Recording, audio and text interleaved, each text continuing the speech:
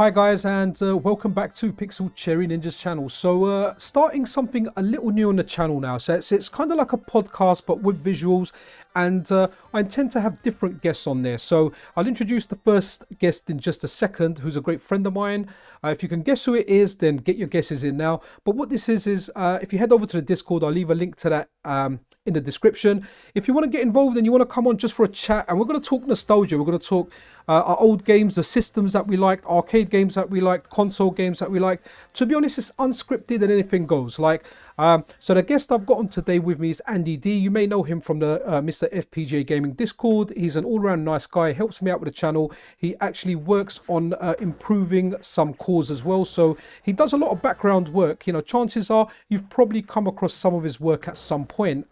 He recently added like CD quality sound to the Shredder's Revenge hack, which was a hack of Streets of Rage 2 for the Mega Drive. So Andy's here with me, and what we're going to do is we're running Fightcade because it kind of lets us play a lot of games.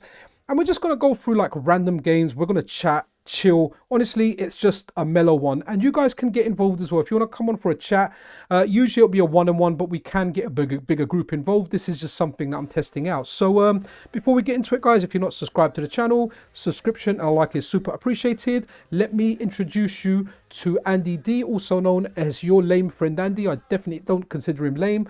Andy, tell us a little bit about yourself, and yeah, then we start some gaming and see where the talk takes us. Hey, yeah, thanks for having me. This is really cool. I've never done an interview like this before, so this is very interesting to me. So I am I don't, well, right now I'm an unemployed.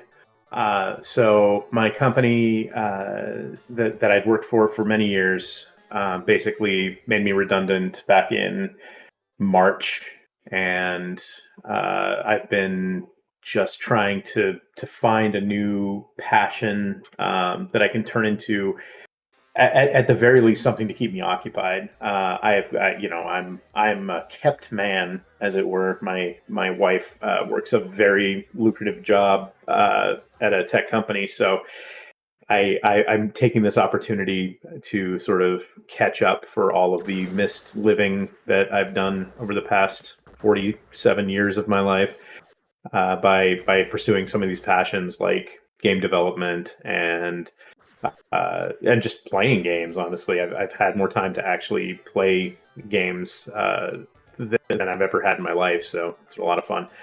Um, but yeah, I'm from Seattle, Washington, in the U.S., and I was born here, but I was sort of raised all over the Pacific Northwest, including the Pacific Northwest we don't talk about. So I spent a lot of time in Idaho.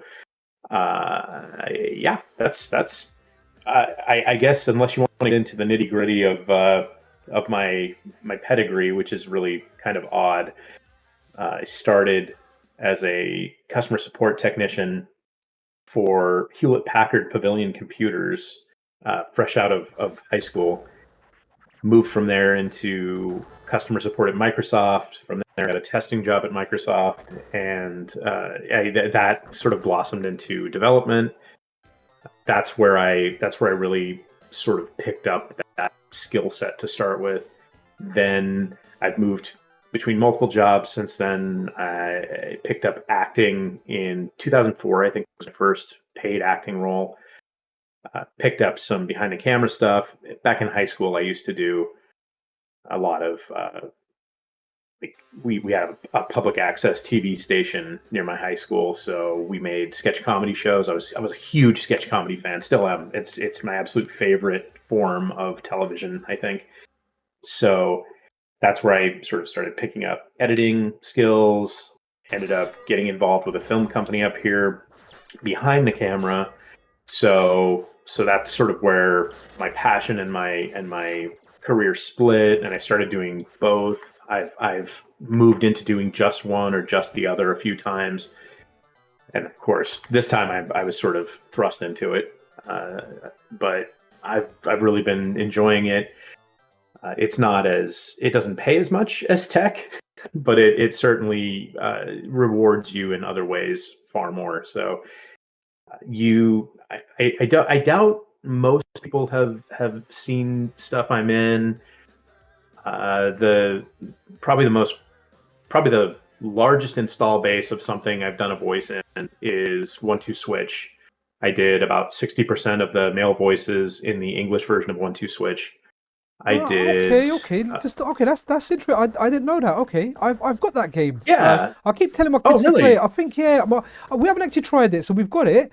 But the kids never get around to it. They end up playing like Mario Party and other games multiplayer. And I think there's a sequel to it as well. I'm not sure if I've got that or not. We've got like six Yeah. Switches in the household, man. We love them. Like so, there's a lot of Switches Oh, here. fantastic.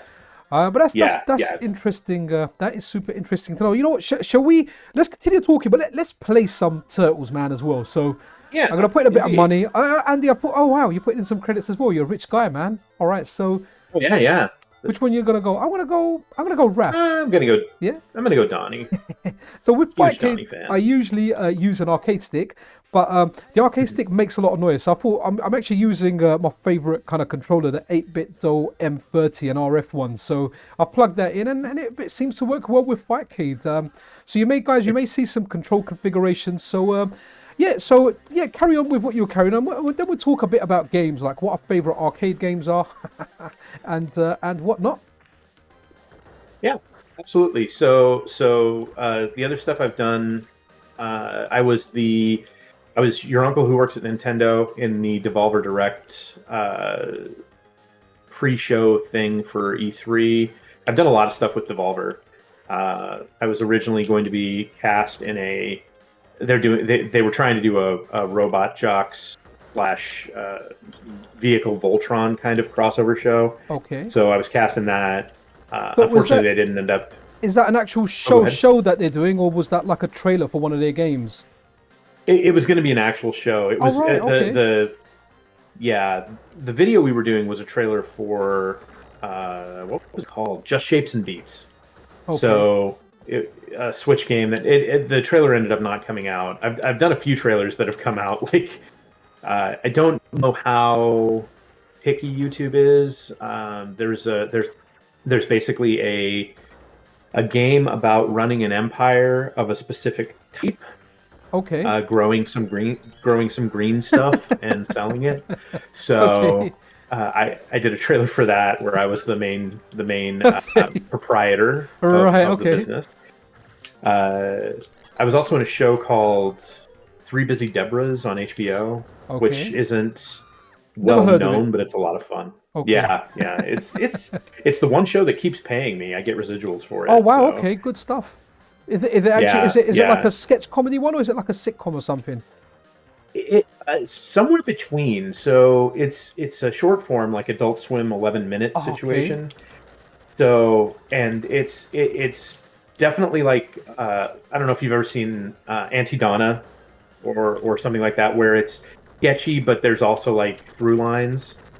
No, so with Adult Swim, I'm a big fan of like Venture Brothers, Aqua Teen Hunger Force, Frisky Dingo. Yeah, I think it's called Frisky Dingo. I love Frisky Dingo. Yeah, man. Not a lot of people know about that. I fell in love with it, man. What is it? X and the Xticles. Like just, you can see like the humor's right up your street as well, you know.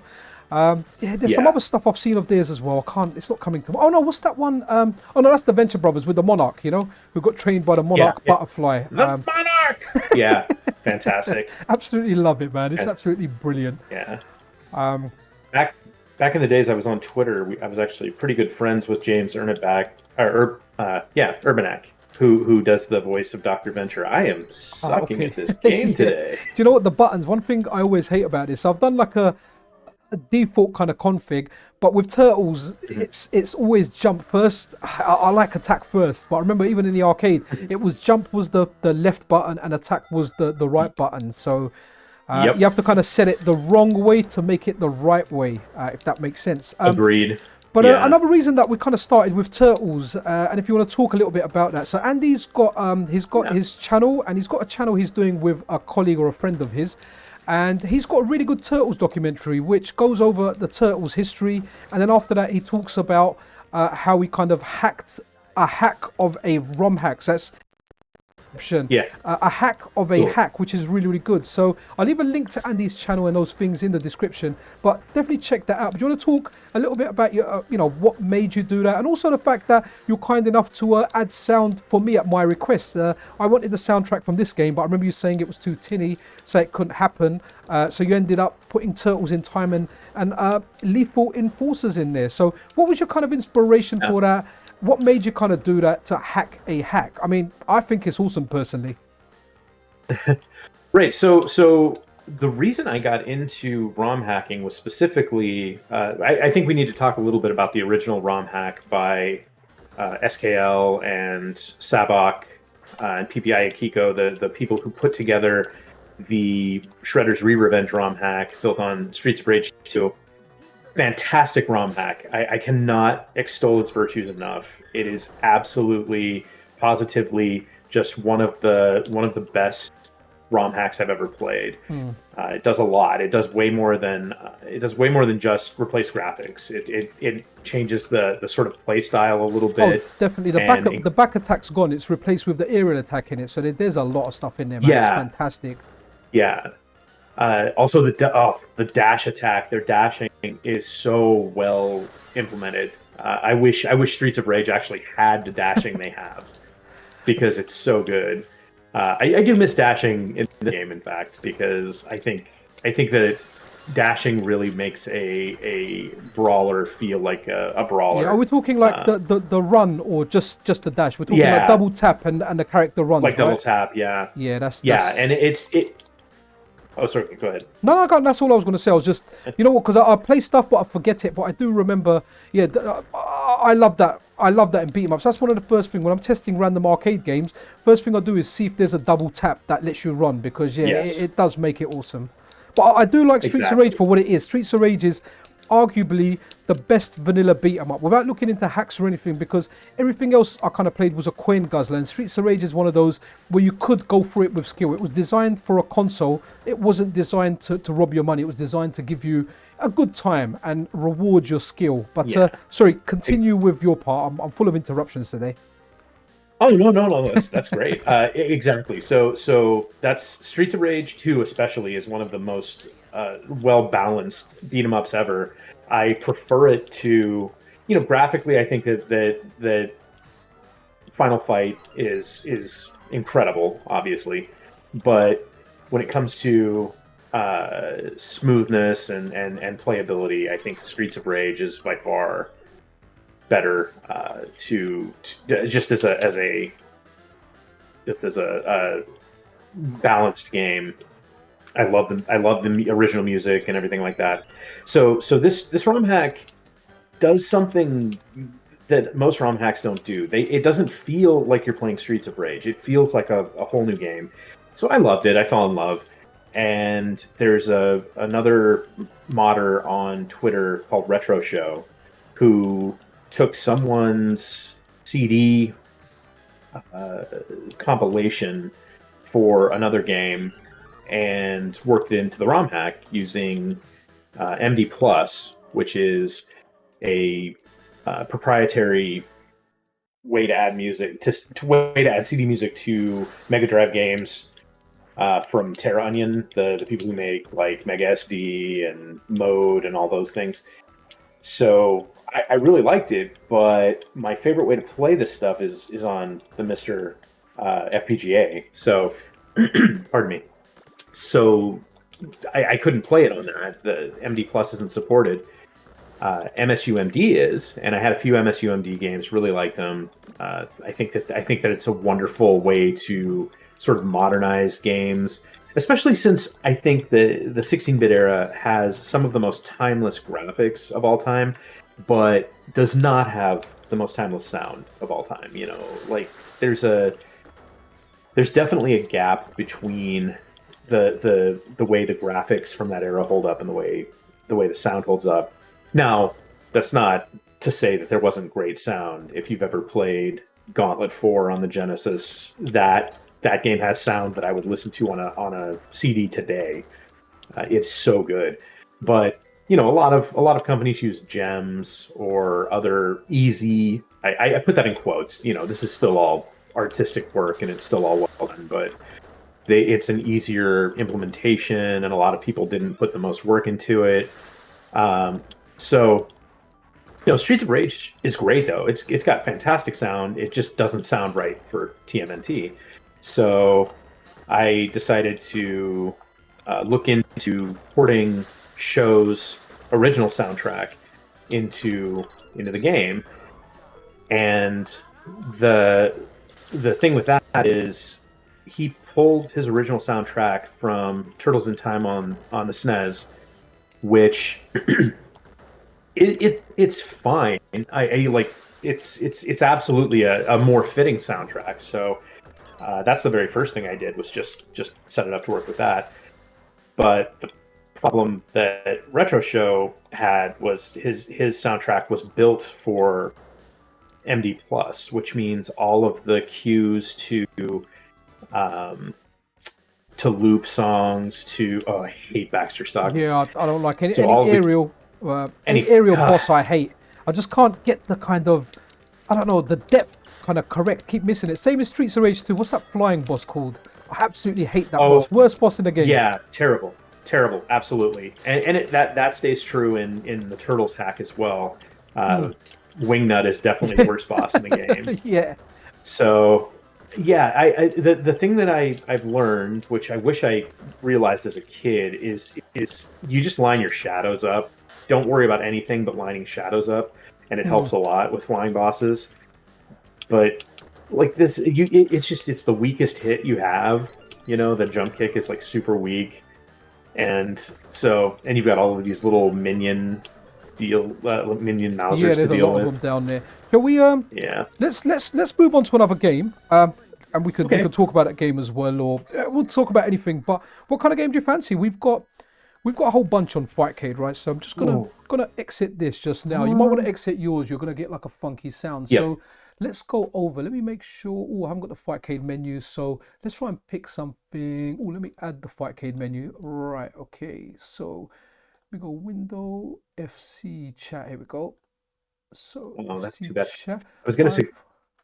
Okay, that's cool. We've got. You can see like a Fightcade chat here, but I need to bring that down a little bit. So when it does kick in, we've got that here. Okay, so I've got a Fightcade chat. Right, Andy, what game shall we move on to now? So what's an arcade game that's special to you that you can talk about? It can be a Mega Drive game as well. Fightcade does have Mega Drive games as well. So let's you can pick whatever. There's a big list there.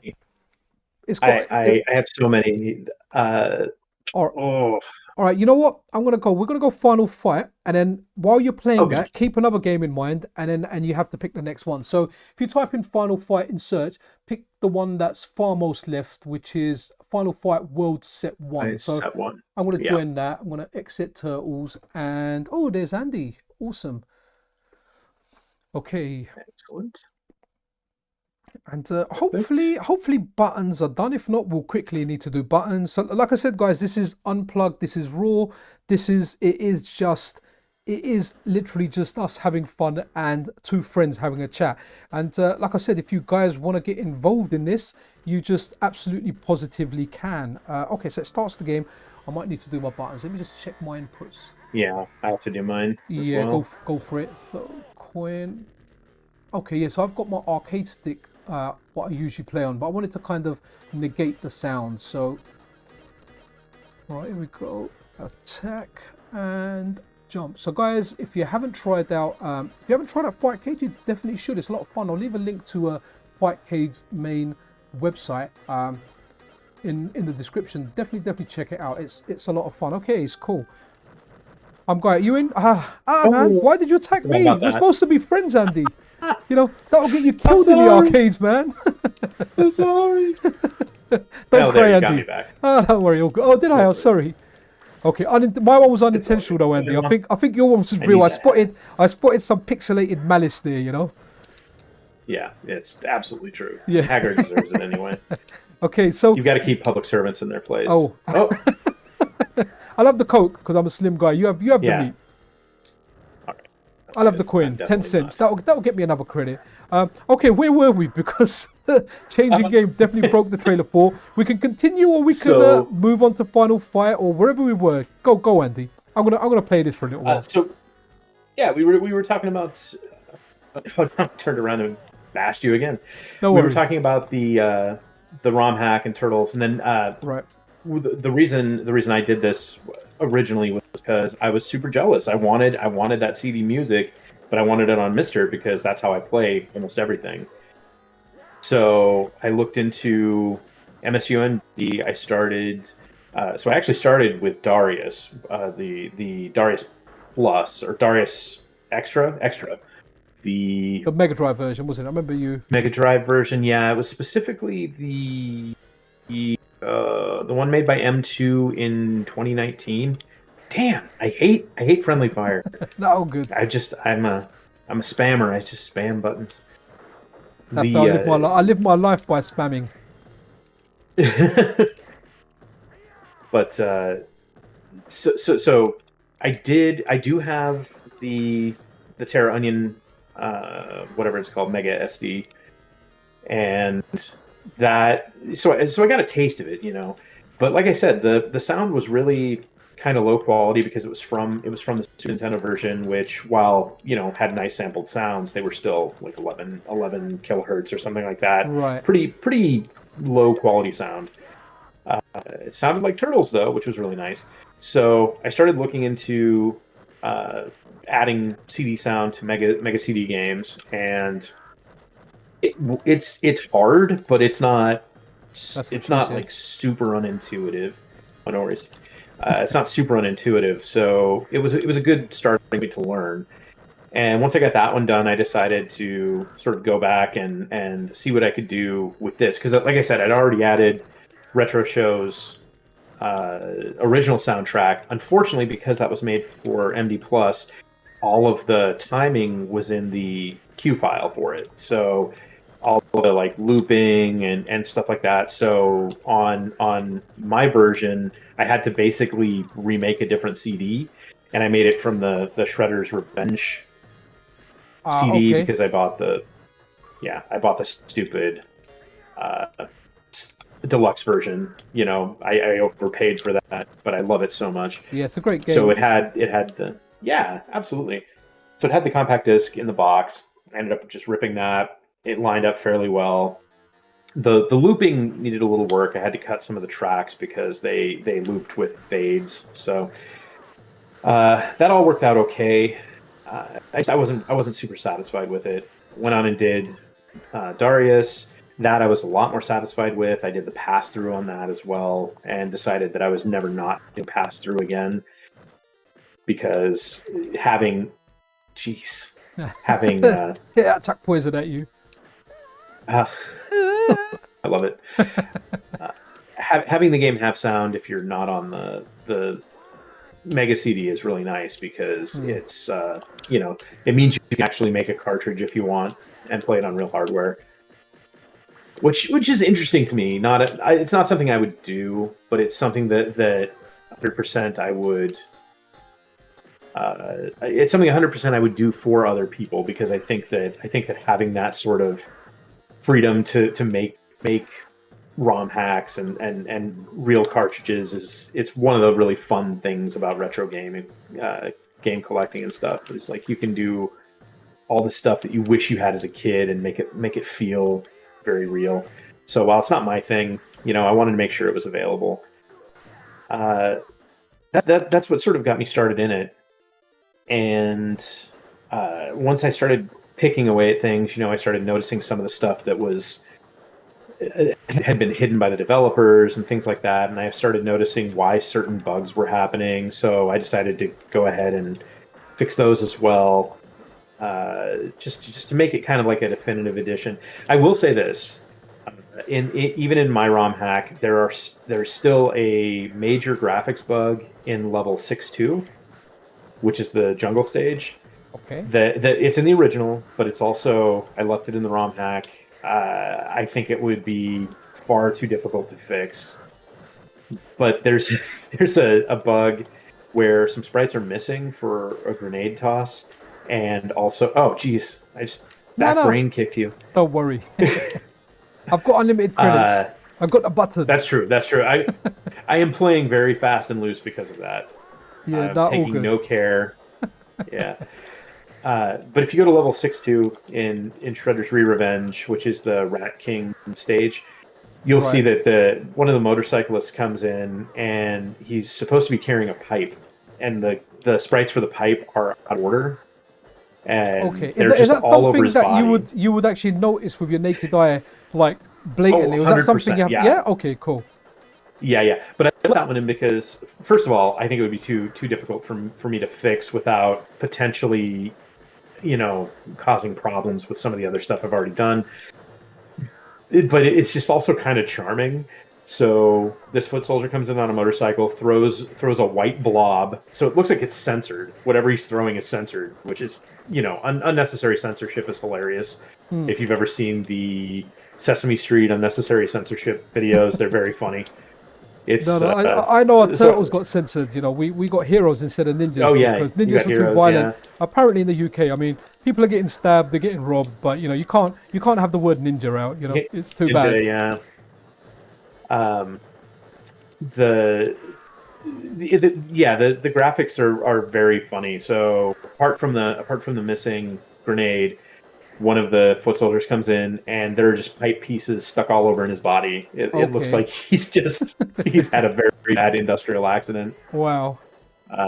So So what? isn't Like that a Frisky Dingo episode too, where the guy gets the pipe stuck in it? I, Yeah, yeah. vaguely, I was Uh, so I'm so bad with that. I remember like the beginning of it. So I remember where he comes over, he wants to yeah. take over the planet, and the first thing he realizes he's got to do like public relations, and the first spot he gets is Right. on like a daytime TV show where he's saying he's going to take over the It's planet, and it just kind of goes in a weird thing. And it's something I need to rewatch. I don't often rewatch stuff, but Adult Swim stuff like Venture Brothers, Frisky Dingo, that stuff that yeah. I like. There's another one that I really liked. I just can't remember the name now. But I don't know, maybe it'll come to me later. But in regard to Yeah. like hacks, is there anything else you've got your eye on, something you kind of want to work on next, whether it's, different type of hack or whether it's a hack where you want to bring like CD quality sound. I'm going to ask two questions here. So CD quality sound to other games that are out there. And also, is there any way, obviously we don't have a mega CD core for the Analog Pocket. Hopefully, someone works on that in the future. But is it possible to play those games on the Analog Pocket in any Mhm. capacity? So the hack that I did, you can absolutely play in the analog pocket right now. With the You with have to the skip CD the quality original music. sound. Oh, it was the original music, yeah? No. Okay, cool. So currently there's not. That being said, uh, I believe the Mega CD core. Oh, Sodom. This is his first Go appearance, right, back to Sodom? Street Fighter 3. Yeah, it is. It is. But, I think the Mega CD core will fit no problem on the analog pocket. well, yeah, we've got the PC So Engine CD course, so hopefully, yeah, maybe that's an yeah, indicator towards. and I've taken a look at it a little bit, but porting a core is way more complex than I originally thought it was going to be, and there's not a lot of existent tools to do that. Uh, there are for other platforms, like oh no, No, I'm coming in your you way, dude. can Don't worry. Oh, you can you can port a lot of things with some fairly easy to use tool sets. Pocket to Mister is not one of them. If hopefully if Mars does what they say it's going to do, we'll get a set of porting tools that will maybe be a little more uh, versatile I in mean that sense, because it'll have their.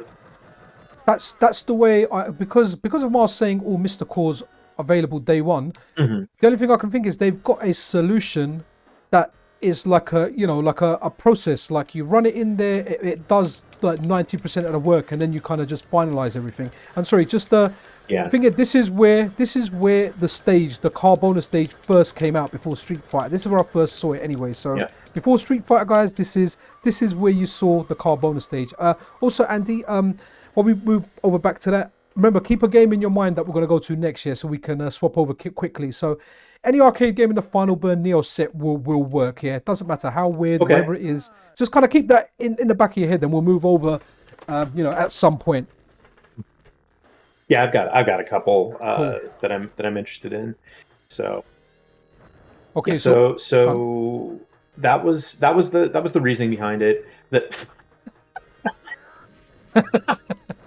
no, I love I love the guys with the radiation symbols on the back of their coat because that's basically they were just stolen whole cloth for Streets of Rage. okay.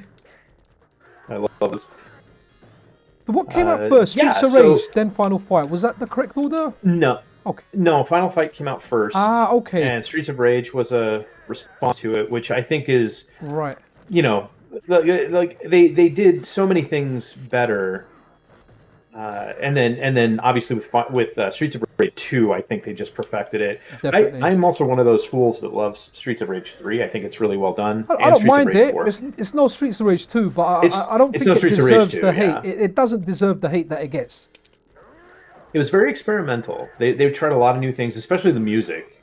Yuzo Koshiro kind of went off the deep end with the music, but yeah, and his sister was one of the main play designers for Streets of Rage, which is Okay. really cool. So the Koshiro, the yeah, It's a the Koshiro family the game. Koshiro twins. Yeah, It's I don't a think they're twins, but Nah.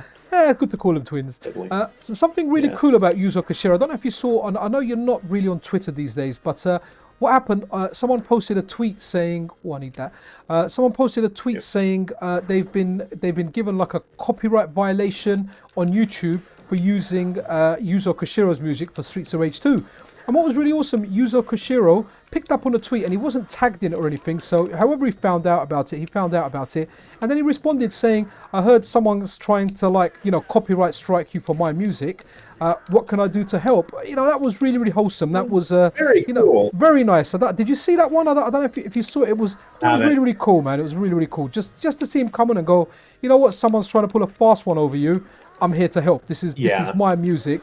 And this BS, I'm not going to stand for it. So I really like the guy. I'm also really looking forward to his Mega Drive, or as you call it, the Genesis shmup that's coming out. I mean, it looks really, really good.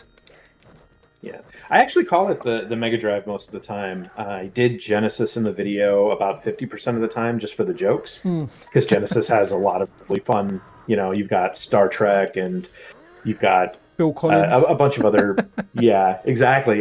Which I put plenty of Phil Collins stuff in Definitely. there. Must think twice about that. Yeah, I did. So when I was a kid, I loved the show Spitting Image. I absolutely fell in love Okay. with the Spitting Image. And of course, they did Land of Confusion.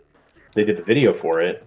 So it was one of my favorite videos as a kid. That Sledgehammer by Peter Gabriel. Is that I know Sledgehammer I'm the sounding. TV show you're talking about? Yeah.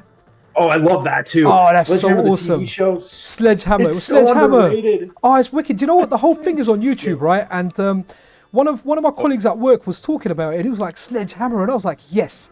So I actually went through and started watching it. You know the one where he's just got gun after gun after gun, and he's Yes. shoot. It is such a great show. I remember Oh. watching that. It used to be on like late at night when I was a kid, So when I was able to kind of Yeah. sneak off and watch it, I used to watch it.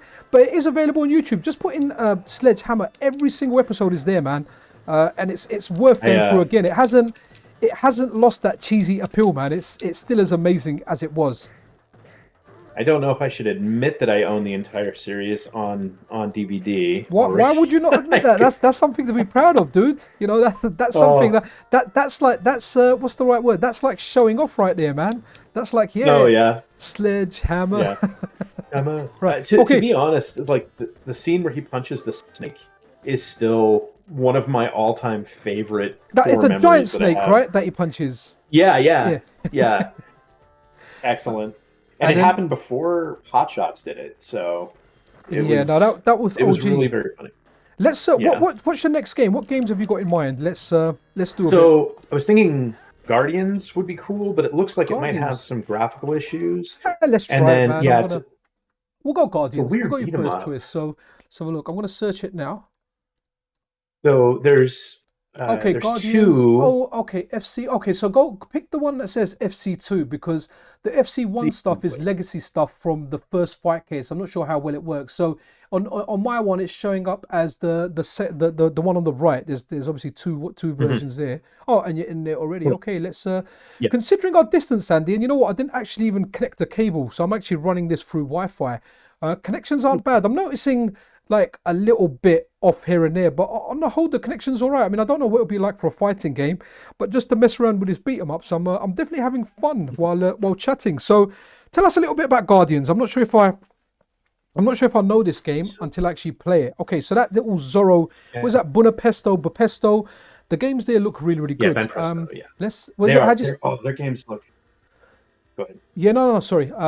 Their games do look fantastic. Right, okay. You might need to do your buttons. I'm configuring mine because they Oh, definitely good aren't call. done Good yet. call. Good call. Okay. So we got I coin. forget to keep doing that. Yeah, Wish you could just. yeah. It kind of saves presets, but it does it by system. So Right. once you do CPS one or the CPS one, it will remember like your Street Fighter buttons and your Neo Geo. But to be honest, beyond this kind of stream, I've never really done anything like this before, and I'm hoping it's something that's popular because it'll be nice to kind of talk, chill, and just kind of play. So. See, that's the only time I'm using a pad on this. Usually it's an arcade stick just all the way. It's Fight K2 it's the ultimate for playing fighting games online. Like there's nothing better than this, man. At least Yeah. in from what I understand. Ooh, wow, okay. So this is wow, Andy, I like it. So it's a scrolling beat 'em up. I can see a whole bunch of new moves there. Right, just to keep up with tradition, I'm gonna pick the ninja because like the pixel cherry ninja thing. If there's a ninja, I have to pick it, even if it's the lamest character in the game, which I'm sure it's not. So, all right, tell us a bit about this game. Did you play this in the arcade? Did you discover it after? Because you know what, man, looking at it, it looks awesome. Okay, at least the buttons are in the right. Yeah. So after, actually recently found out about this game from YouTuber Matt McMuscles, Okay. who Oh did wow, who did I a just done a flying grab. Wow, that was awesome. yeah. It's got some great grabs. It's just wild. I really like the CPS game Battle Circuit, Yep, that's and that this weird gives one, isn't it? me Where you can yeah be an this gives me ostrich, I heavy think. Battle Circuit vibes. Ah, okay, Yeah. okay. So you never played this in the arcade then? You discovered this on YouTube and what checked it out on emulation, I suppose, because we don't Yeah. have an FPGA implementation of this. But the way Not Mars are yet. going, it No. looks like a lot of these games may come on Mars when Mars is released. So definitely looking forward to Yeah. Mars, man, and looking forward to what new things they bring to the table. Yeah. This is unfortunately, I think this is one of those unique board games, so they tend to get lower, prioritized lower because you don't get a bunch of games for one Right. development session. So I'm really hoping it does show up though, because it's a lot of fun, and I would love to play it with. Like, I can definitely feel the lag on this one, Do you know what? Here, in terms of the funny thing is, what's right? that? So because I played so many fighting games online, I actually, as bad as it sounds, I kind of adjust to lag. And while I'm playing it now, when I'm playing Fightcade now, like I'm good with it. But then what happens is when I start playing stuff on like the Mister. So let's say I've played Final Fight, right? I'll adjust to it over here. Don't get me wrong, like I'll enjoy it. I will definitely enjoy it on Fightcade, Retro Arch, even MAME. Retro Arch, and Fightcade being great because of the run ahead feature in there. But then what will happen is Right. when I go over to Mister or even like the Analog Pocket, but more so the Mister, man, it feels like I've taken my gloves off. I can only describe it as if anyone watched It really Naruto. does. Yeah, like do you remember Rock Lee when he removes his weights and he goes Yeah. crazy? That's what it reminds me of Yeah. between software emulation and the Mister. Now, don't get me wrong, I love software emulation, and I'm not a snob. That's like I'm only going to play stuff on Mister. I play a lot of stuff on emulation. It's convenient, Oh, for it's sure. handy. There's a lot more stuff out there, and I can get used to it. I've got friends like one of my best friends. He's amazing at Street Fighter. Like the guy's very humble, but he was like the best Capcom versus SNK2 player in the UK, probably Europe as well. But he puts himself down. He was amazing at like Super Turbo. I saw him take on the greats and get winning streaks. But the price that he has with that is he can't adjust to the lag. Like for him, the Hmm. slightest bit, he can't do it, and then it messes up his offline game, and he can't play more than one game at a time. So right now he's playing Street Fighter 6. If I say to him, look, you want to play a bit of Super Turbo, he can't play it. He goes, look, I can't play more than one game at a time. Whatever game I'm playing, but the level he plays at is so high, but he can't do it for a multitude of games. So the difference with me is I can go through a whole bunch of games. I won't be as good as him, but I'll adjust to lag. I'll adjust to lag better than a lot of people out there. That's excellent. That's I mean, we're all dealing with a lot of lag these days. LCD TVs being what they are. Anytime you get any of these games in collections now, it's all emulated behind the scenes anyway. Yeah, And modern games, of course, are made with up to 300 milliseconds of lag as like a as goal. standard, Like yeah. that's yeah. So when I was doing testing for Crimson Skies Oh, I back in the remember way that. back, That's the original Xbox, the plane game. That was one of the yeah, first games I yeah, played. I yeah, played it a lot, I played it a lot. I remember the lag on that. I mean, I adjusted to it, but I remember when you picked up, was it the power-ups or the crates? You could distinctly tell the sound of collecting it oh yeah, kind of appeared. You heard it a little while after. So, but it was a fun yeah. game, man. Like on the original Xbox, it was like Halo 2, which I didn't play so much of.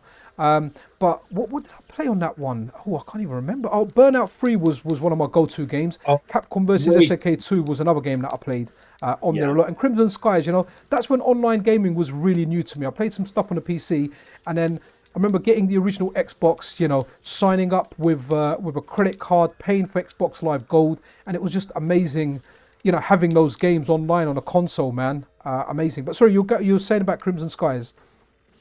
So yeah, I was doing in-house testing for it. One of the cool things when you work at Microsoft, you get invited to do all. I mean, you're doing free work, so it's not exactly like you know, it's not exactly like you're getting something special. You're giving Mm, away your time of to course. testing, but it's a lot of fun. So when I was doing testing there, I got called in for a lot. Oh, don't shoot those. I messed up. Mm. I got called in for a lot of dog fooding, is what we called it, where you'd go and do network tests, network stress tests, and things like that on these Xbox Live games.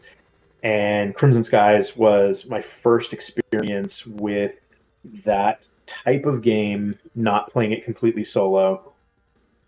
And I remember we all basically, it took us 30 minutes of play to adjust to the lag Ah, as a group. okay. But once we did, it was fine. We were all just because, this is the first time there'd really been a lot of net play stuff done. And we were simulating. So beyond just the input lag, because it does have, we were playing on the, well, we had so at Microsoft, I wish they'd released it. We had VGA converters for the Xboxes. Like they went straight to VGA. Okay. So the monitors weren't too laggy, but they were more laggy than a typical TV output. And then the network, we were doing all the networking with fake lag introduced because we were Okay. trying to simulate dial-up The online connections and things experience, like that right. at the time. Was it Yeah. dial-up? It was So dial-up. Was Xbox dial-up or was it yeah, the early days of broadband? I had I both. think I So had, so yeah. it was primarily broadband, but you could get a dial-up Ah, okay. bridge Yeah, because for it. So we I did. We remember had to test it. I had like a massive connection of 1.5 Yeah. megabits of Yeah. broadband. Yeah. So, which they also sold one of my all-time favorite things that they sold back then was for uh, there we go, for Xbox. There was an option to get an 802.11a bridge, which 802.11a was designed for short range but fairly stable connections, Okay. and Was so it you for the you original get a little Xbox, yeah? bridge. Yeah, the original Xbox. Okay, So I they don't were they were remember that. I way remember ahead it of the for the game. 360. I remember the 360 had the bridge, and I had that, but obviously I preferred playing stuff wireless for fighting games. But sorry, Right. preferred playing stuff wired for Right. fighting games. Yeah. Doesn't like the Streets of Rage 2 stage font to you? Sorry? Oh, Did okay. that look Oh, like the the font. Streets of Rage 2? Yeah, when you beat the Oh, stage, it looks very much like the where Streets do you of want to go? Rage. Where do you want to go? Do you want to go Chinatown, Forest Zone, or Chinatown? Okay, we've got two choices. Let's pick. do Chinatown. Let's I've do. seen the Forest Zone before, but I've never Cool. seen this one. Wicked. Okay, so you're Yeah, talking this is about this quite bridge for the original. fun. Oh, wow, okay. We're destroying like a Yeah. mini house, man. So That's terrible. it's a model village. Yeah, and I've definitely not seen that in any Chinatown I've been to. It's not Chinatown, London. Yeah. Okay, You can sorry. tell Back. there's not any good knockoff chicken shops. I do like Chinese. I used to work Oh near yeah. Chinatown, so it was actually awesome grabbing Chinese. I actually used to play a lot of so I played Alpha 3, Marvel vs. Capcom 1, Soul Blade. There was a whole bunch of games I played one player because no one else was in the arcade playing it. They were just all gambling away at the fruit machines. So while ordering my Chinese, I used to play some of those games one player, man. Marvel vs. Capcom 1 was that was a lot of fun one player. But sorry, if we go back to that bridge, so you had the bridge for the original Xbox. Yeah, so we had to test all of the levels of connectivity, and so we had to test wireless, we had to test dial up, we had to simulate a lot of this because we were on the same LAN. So we had huge multiplexers in the back that we would run into wired, and then you could just dial in a Chinatown tacos. Okay, that makes sense. You could just dial in the sort of connectivity issues that you had. So that was my first time experiencing lag in that way. I mean, PC games. I was used to like real time strategy games at that point, and those are it's not lag; they're just slower paced games. Yeah. So kind of coming into the realization that you can kind of treat it just like a slower paced game, and that kind of helps deal with the lag Hmm. is great. But as you were saying, when you move over to hardware emulation or real hardware, uh, it's not night and day, but it is a definite improvement in feel. It just feels so much better. So I do hope to see so many more of these, and that's why I'm excited for any new FPGA solutions. Just to even if it's just to increase competition, so more stuff gets Oh yeah, gets released. so we've got like Mars, we've got another one, Replay 2, they're making two boards, like a cheaper one and a more premium one. We've got like Yeah, the analog 3D. Who knows? Who knows if we get another one? yeah, Like it's a growing space, so it'll be interesting to see what comes out. I mean, the market's definitely big enough for a few, but ultimately the yeah, one that will dominate, because there'll always be one that will dominate, right? And the one that will dominate is yeah. the one that has the most developer support. It doesn't matter if it's the best one or not. If the one that has the most amount of developers, or the one that's being supported by by pretty much everyone, or the most amount, Mhm. is the one that's going to be, if you've only got money for one, that's likely the one you're going to go for. I mean, at the moment, Yeah. as it stands at the moment, Mister's the best FPGA project out there. Will it remain the best FPGA project 2 years from now, 3 years from now? I mean, who knows? Who knows? We might get a Mister 2.0. Mars might be doing it. Replay 2 might be doing it. I mean, the market's Mhm. open. It is, and I think that there's plenty of room. Speaking to that, I was a Windows Phone fan, which Okay, unfortunately that's a situation that's where dead. the lack of that's where a lack of developers just killed everything. Hmm. It wasn't. I do feel like it had a lot of amazing features. Everybody I know who had one, even if they weren't in any way related to Microsoft, they loved it. It was just a really intuitive, very nice system. It But was decent. I unfortunately, bought one for my wife because she breaks gadgets like a lot. So it was very, mhm, very cheap. It was super cheap, and I was actually very, very surprised at, given how low the spec was, how smooth the mhm. operating system was, especially for the fact that it's something that's made by Microsoft. Because knowing Windows, it's Exactly. like Microsoft just destroy Windows, man. They slow it down. I mean, I just get. It's like the other day I was trying to save, when I got my new laptop that I'm using now.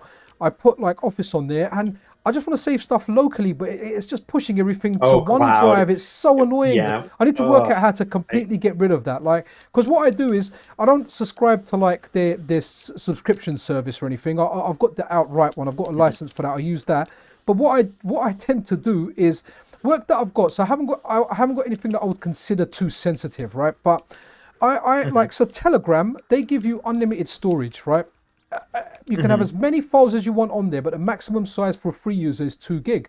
So what I end up doing is I end up just moving stuff on there now. So when, like for example, if we were playing this game and I wanted this for a video, I'll just upload it to a Telegram channel that I've made private. I'll index it. I'll give it the title Guardians Final Burn Neo Fightcade. So if in future I need some footage from that, all I do is I search that channel. It comes up. I download it, and it's done.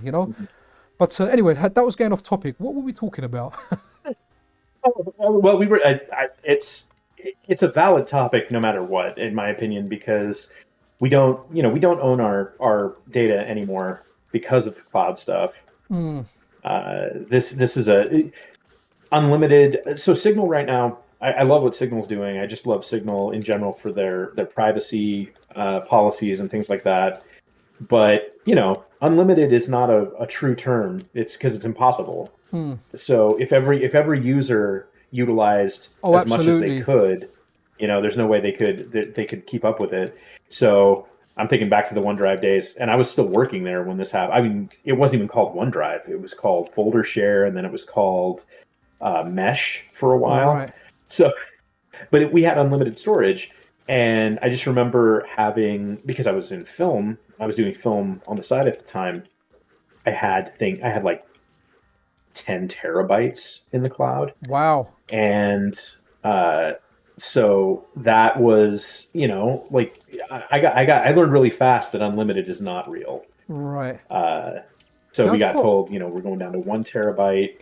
What have I got? I've still got my original Pixel. So I've got my original Google Pixel phone, which when they sold it, they said unlimited storage at full quality of your pictures. And then for the Pixel 2 and 3, they changed it to unlimited storage, but for like reduced quality pictures. I've still got it there. And if I really want to save anything, Google is still valuing that. But I think people started abusing it, and they just started like uploading everything to it. So I've still got it. I just can't be bothered turning it on and backing anything up. I generally just send it to Telegram. So far, I've not hit the limit yet, and I've probably put like a few terabytes of just like gaming stuff up there for me to access later. Yeah, it's there's I don't know if you've ever read any Cory Doctorow articles. He used to write for Boing Boing and a few other things. So Cory Doctorow has a theory, which I won't say the full name of, just because I know you keep it family friendly. Cool. But it's you can insinuate and give us a clue.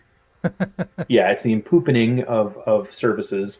Any live service starts out because it starts out as a proof of concept that they need to hit critical mass on. So it start out with a lot of really good customer focused features. So you'll get great storage, you'll get great speed, you'll get all this other stuff, and then as it gets adopted, once it hits critical mass, where people are sort of invested in the ecosystem, they'll start pulling features out and putting them behind paywalls or whatever. And you can see it in almost every service that's out there. That is kind of what happens once, especially with how things like the stock exchanges work and things like that, where it's not about making the best product and getting a return from that. It's just about getting it's about getting the fastest return on your money as you can get. So that's all they want. See, I always found that companies were better. So like I work for like different companies. I work for private companies, and then the companies kind of sell. They go on the stock market. They get shareholders, and you can see decline in that company's services and the way they kind of handle and treat their staff. So at least over here in the UK, limited companies were always a better choice. But a lot of limited companies get bought out by bigger companies, and then they make all these promises which are, they're just unrealistic. I mean, how much growth can you get, right? Year on year growth. Right. When you're a limited company and you're making millions upon millions a year, you're like, yeah, man, I'm good. I'm making lots and lots of money. It's just when you sell out and you got to deliver to shareholders, it just becomes a terrible work practice a few years down the line. Yeah. What's the Stephanie Sterling line? They don't want some money. They want all the money. Exactly. I mean, I see growth like year upon year. Like I was looking at Netflix, and it's like, I don't know, like 20% of 25% of the world's population have a Netflix account, but they still want to see growth. It's like, yeah, making a lot of money, just Yeah. chill and enjoy it. But nope, we've got we've got our shareholders that we need to deliver to. And it's just it's ridiculous. There's uh I saw an interview with Warren Buffett, who, I Hmm. mean, there's no such thing as an ethical billionaire, but basically Warren Buffett's whole thing was, his secret was investing in a company, not a return. And I thought that was a cool concept.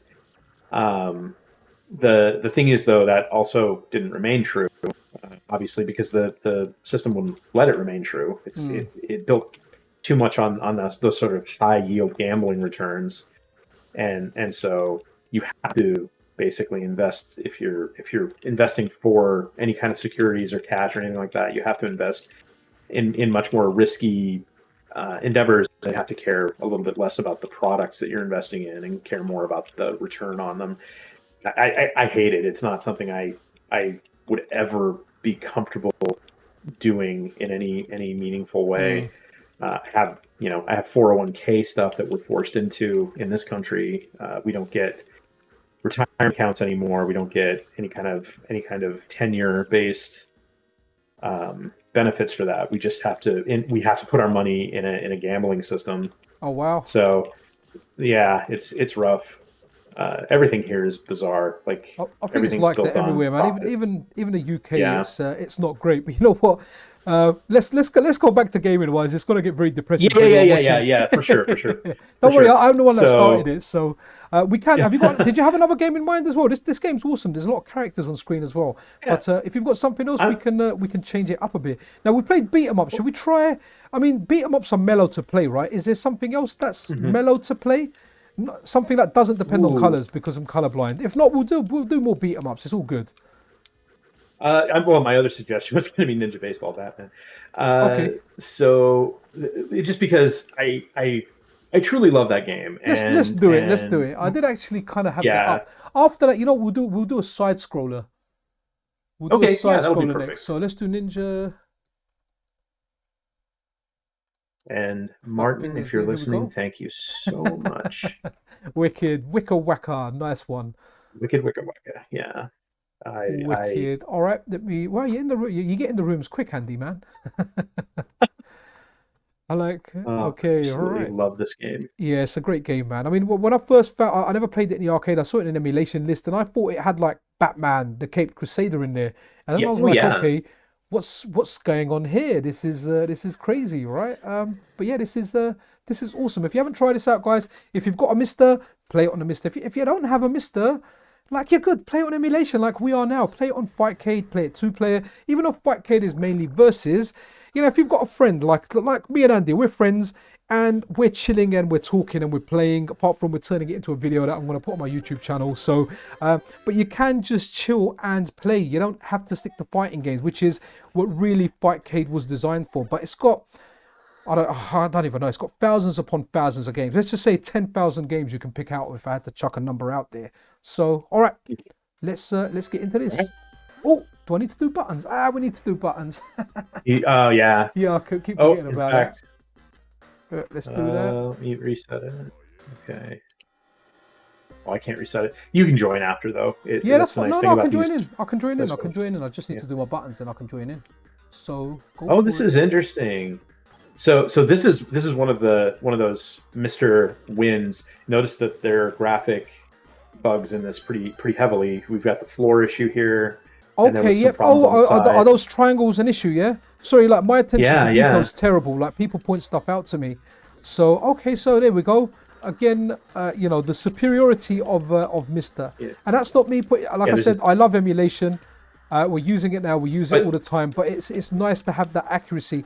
One thing I find as well, and I see a lot of other people pointing it out, saying that when they tried something on emulation and when they were working on the FPGA code, they realized that the colors of the game were completely different. I had one time yes, actually a track 17 ask me when I was doing my news video, and I was doing it away from home, so I didn't have my Mister with me, and I did one of the games. I can't remember which one it was. Maybe was it Flying Shark or same. I can't remember which variant it was. And for footage, I use MAME, and the Track 17 said, look, do you mind using Mr. footage, because when you do this move, when you do the special bomb or whatever, the colors are completely wrong in emulation. And I was like, okay, dude, I'll note it going forward. Yeah, and I getting the game out's the most important thing. But I think I do understand that there's pedantry about colors and things like that. And when you see the differences, you understand kind of why, especially people who are super familiar with these games. There are people out there who spent their entire lives playing some of these games, or dedicated to it, bought cabinets, things like that. So I think it's awesome that we have this sort of, and I mean that like truly, it's actually kind of awe-inspiring that we have this technology to do this sort of amazing modern a la carte emulation on the fly. That's still very accurate. It's so cool to me that we live in a world where that's possible. Awesome. Okay, let's talk a little bit about. So, what are your thoughts on? Obviously, we like the Analog Pocket. Now, I've been using like the Ambernic Arc S, and it's nowhere near the quality of emulation on there is nowhere close to the FPGA simulation, as I like to call it, that you get on the Analog Pocket. However, the controls on that device are amazing. The D-pad, the buttons, right? So where do you see like the next kind of handheld emulation? Like, this is speculation here now. Now, given the success of the Analog Pocket, do you think, can you see Analog? I mean, I can totally see them making a new FPGA handheld. I really hope that they kind of go for that horizontal shape, something like the Saturn pad, 6 buttons, something that's just comfortable to play, so we can play fighters on the go, we can play arcade games, play whatever we want. Now, the only criticism of the Saturn pad that I have is I find it difficult to play Super Mario World on it, and that's only because when I hold down the X button to run, so when I hold that down with my thumb, when I try and flick the bottom half of my thumb to hit jump, I end up pressing B and doing like the spinning jump. So if I'm on Yoshi, I'll jump off Yoshi. So for me, the Saturn pad is brilliant, apart from stuff like Super Mario World and some games that you play similar to Super Mario World. However, I would absolutely love to see it, and honestly, I can see Analog doing it. I don't know. I don't really have any inside dealings in there of what is coming forth, but I just get a hunch that given the success of the Analog Pocket and how many they've sold, I mean, they've sold a lot. I'm hyped about that. Okay, here you go. Look, graphical glitch again. Can you see it? Yep. On the left. Yep. Cool. Absolutely. Yeah.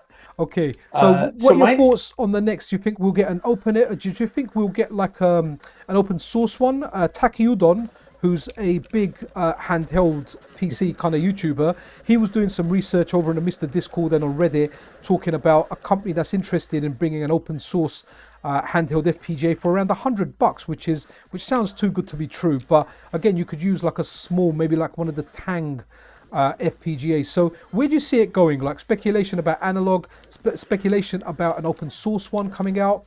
Yeah, what do you think? So speculation-wise, floor's completely gone. Oh my. Okay, guys, this is a testament to Mr. Yeah, exactly. Thank you again, Martin. This is fantastic that we have this in pristine condition. Floor's back. We're good.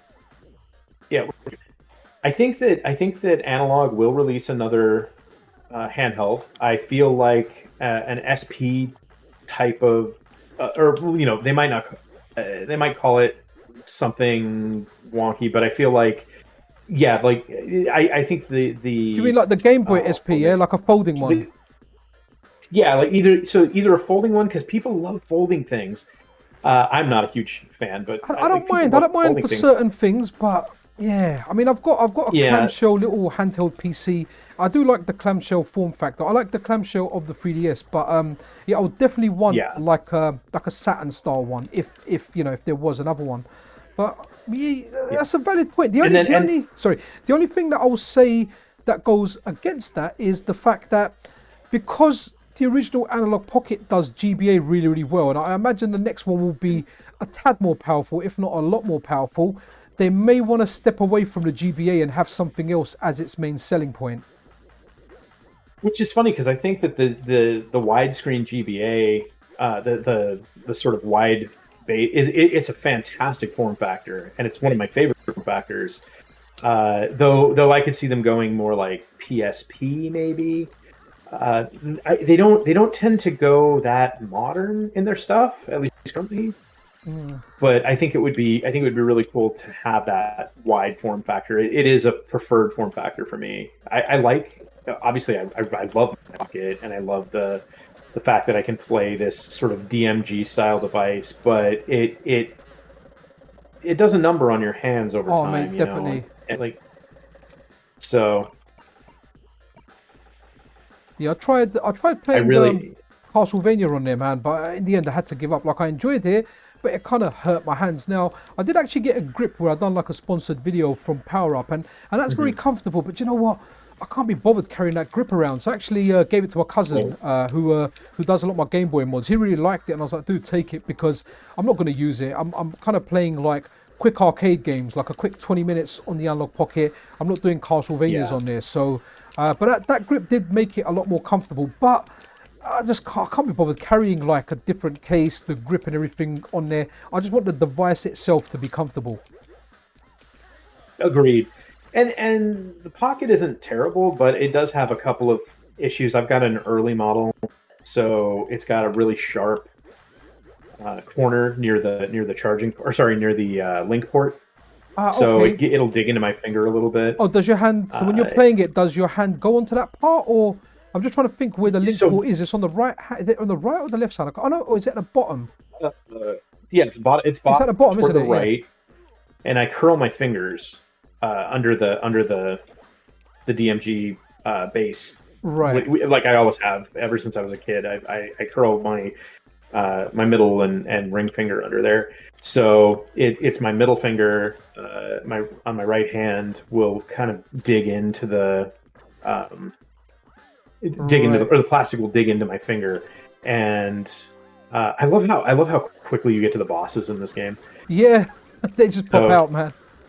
Yeah, but it's not uncomfortable. It's one of those things where it could be a little more comfortable. Okay. And I think that the form factor would help with that. I think a wider form factor in general would just help with that. Yeah, see, I still play like my Game Boy DMG, and I find that comfortable for long periods of time. I still go on Link's Awakening and play the DMG one, and yeah, I find that the fact that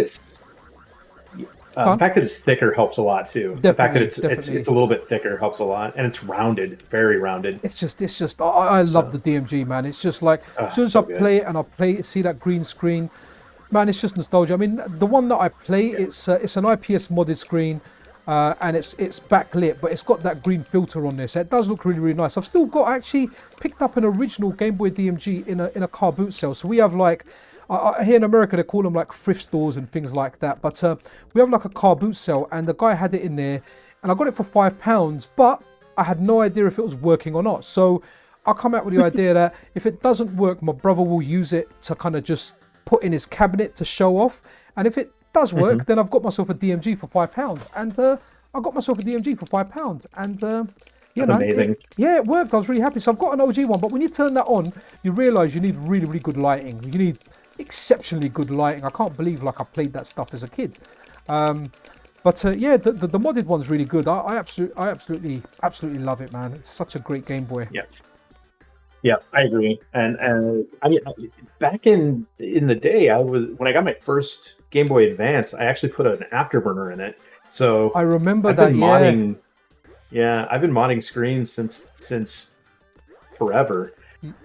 So I love the original look. That's what one of the things I have to say for the Pocket, and I'm very excited for the next firmware update for this, is my favorite way to play DMG is with that green pixelated look, but having it in that high res. Oh, it's so beautiful on the Pocket. So I have a bunch of cartridges, and so like I'll play. I didn't capture. I should have captured Fall of the Foot Clan and stuff like that from cartridge directly, but it was just so convenient to pull up the Mister.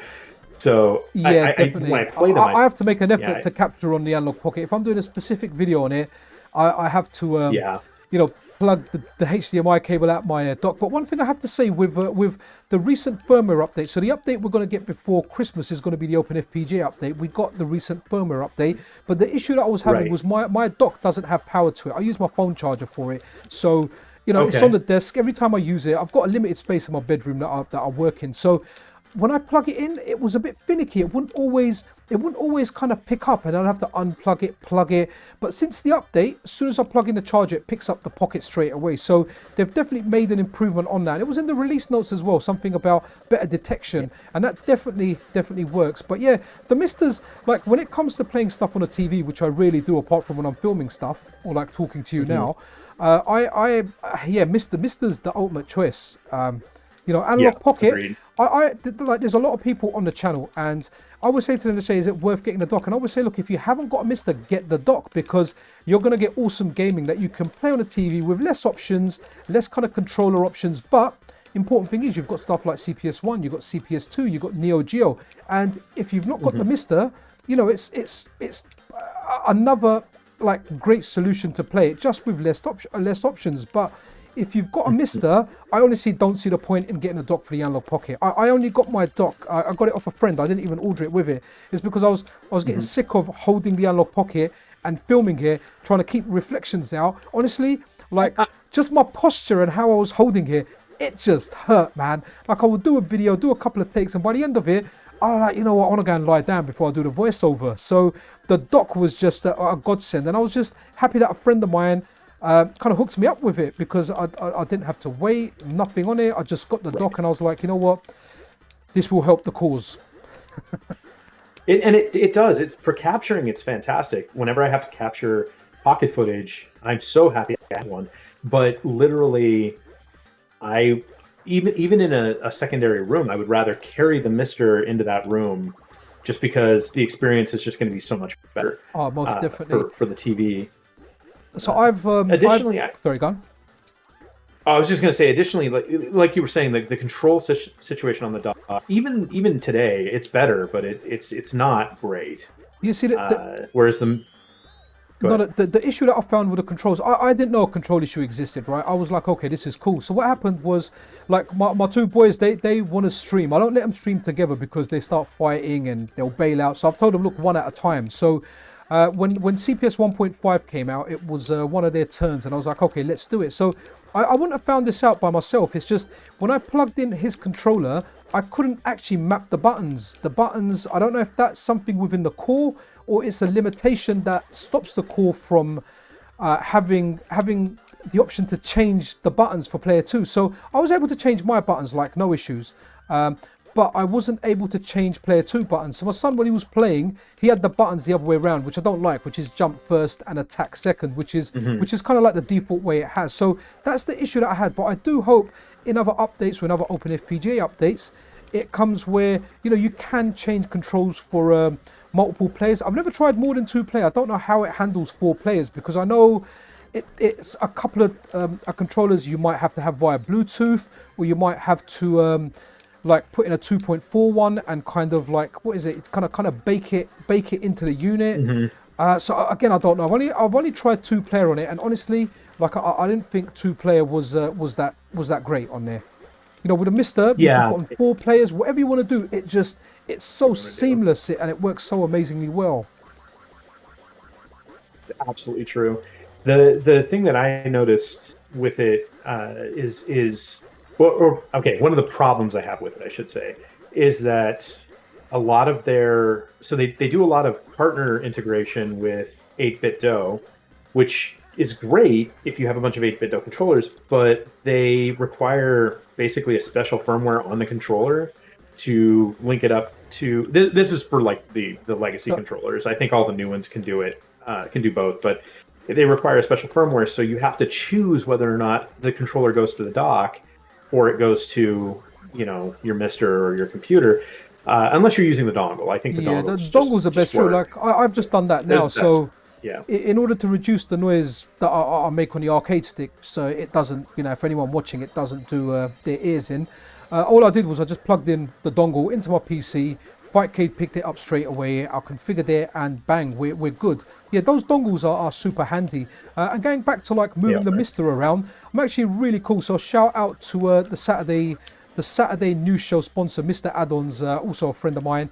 When I got the second Mister from him, that's like my portable one. So what's really cool now is if I go out to like a friend's house and we used to game together in the arcade or whatever, I'll just take the Mister with me. I'll take it. I've got a small bag for it. I'll take 2 8-bit though RF controllers, and we're good. We're good. I'm playing. I've got like a portable Mister that I can just kind of take anywhere. I might take it to work. Hopefully my boss ain't watching. He lets me get away with a lot, but maybe running the Mister and a capture card and on my desk, he might go, right, you're kind of crossing a line here.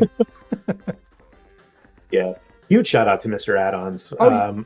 I've sent so much money to to Pork Chop Express. I absolutely love his store, and he's also I've done time in Idaho, and he's in Idaho Falls, which is really fun to we have some shared experiences. To anyone in Idaho, shout out to Buddy's, the restaurant with the best salad and most middling Italian food in all of Idaho. Oh, nice. Yeah, I like Italian food. I like it, but I like it made by Italians. Like the Italian restaurant I go to, so I actually get a lot of perks. There's a lot of restaurants at my work where I kind of get food for free, man, off the guys there. And one of them is an Italian restaurant. Their food's, Nice. I'm not a big fan of it, to be honest. Yeah, there's different restaurants out there that I end up eating from. But when I went to Italy and I tried the food out there, man, it was delicious. Like everything I tried was just, it was banging, man. A friend of mine, his wife was Italian. They're going through a divorce now, but while they were together, she cooked a lot of good Italian food, man, that I really enjoyed eating. Yeah. Should we move? I want to move on to another game, but carry on with your one. I'll let you know what it is. We're going to do a side scroller now. Okay, sounds good. Cool. I really enjoy Italian food. One of my social studies teachers in junior high was Italian, and she wrote a cookbook. Okay, Magic Sword, yeah? Magic Sword. Magic Sword. And it's the one on the most left, arcade FC2 version. You're probably in there already. I got into a room before you. Yeah. Right. Yeah, I've got to wait. I'm waiting for a. The buttons might be done, if you saved the config, the buttons might be saved. Let's see if the button's saved. Let's see. So let me I'm pretty sure I've done the thing that surprised me the most. Yeah, my buttons are saved. Oh, cool. Oh, yours are too. Mine, awesome. Like. Yeah. So the thing that surprised me most about Italian food, from an actual Italian, and she's from southern Italy, which I think is a very important distinction. So there's a lot of Mediterranean influence. Was how much mint was in it. Oh, really? Tons of mint in her food. Yeah, instead of basil, a lot of the time she would use mint. I can't stand basil, man. It has to have a tiny amount in there. I always end up buying stuff if it's got too much, or basil as we call it, or basil. I end up not eating it. I actually bought a bunch of olives the other day at work, like olive cheese, but I didn't say like basil on the front. I ended up just giving them away. I can't hack it, man.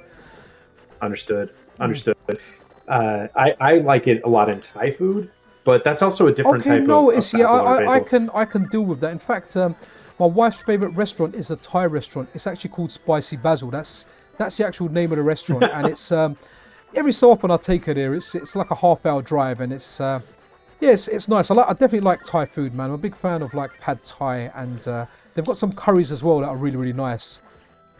You might want to get your assistant up there, your sidekick. What I can't stand is coriander.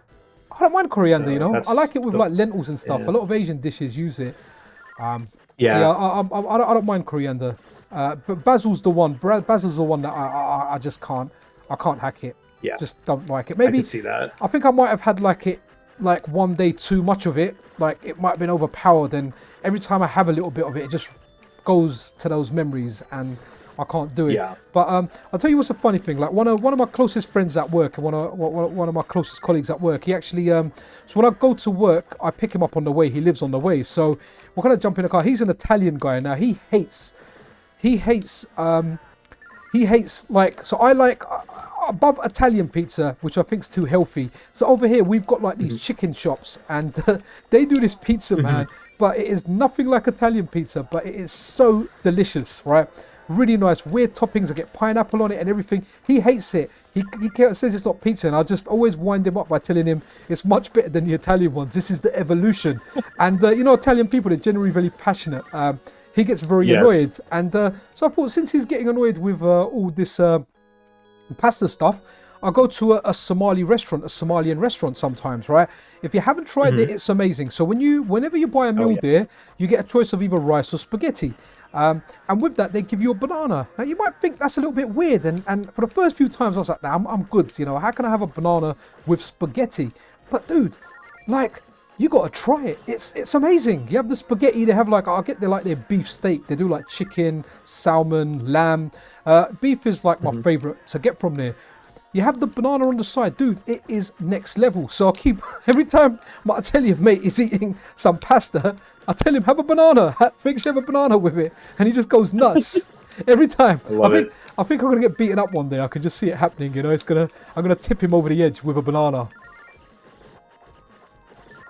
Whenever Eric eats a banana, he becomes Banana Man. Oh yeah, Banana Man. Yeah, was that in the States? Because oh man, we grew up watching that. I loved Eric. Eric, who's a normal boy. That's it. Whenever the banana and whenever Banana Man was flying, it was so funny. It was like he was chilling and swimming. He did the swimming pose, and then he was just kind of hanging around. Funny story. A friend of mine who was going to a fancy dress party. So I used to work a long time ago for this store called HMV, and they had a Batman Returns a midnight opening to sell it.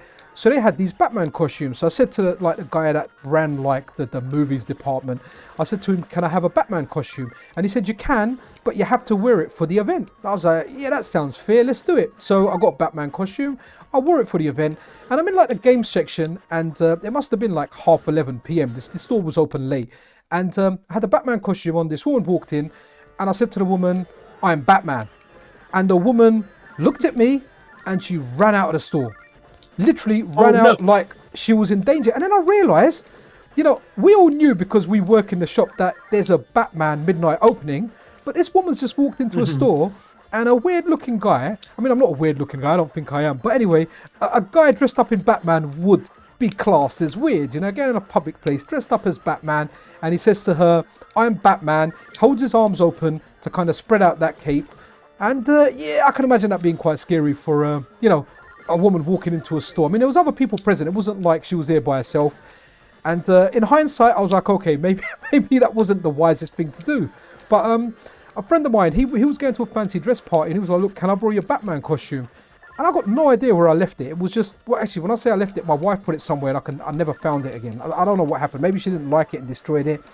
So a friend wanted to borrow that costume. I was like, look, I can't find it, so I can't give it to you. So he ended up buying a Banana Man costume from eBay to go to this fancy dress party. I never saw it. He told me about it, but it sounded awesome. That's great.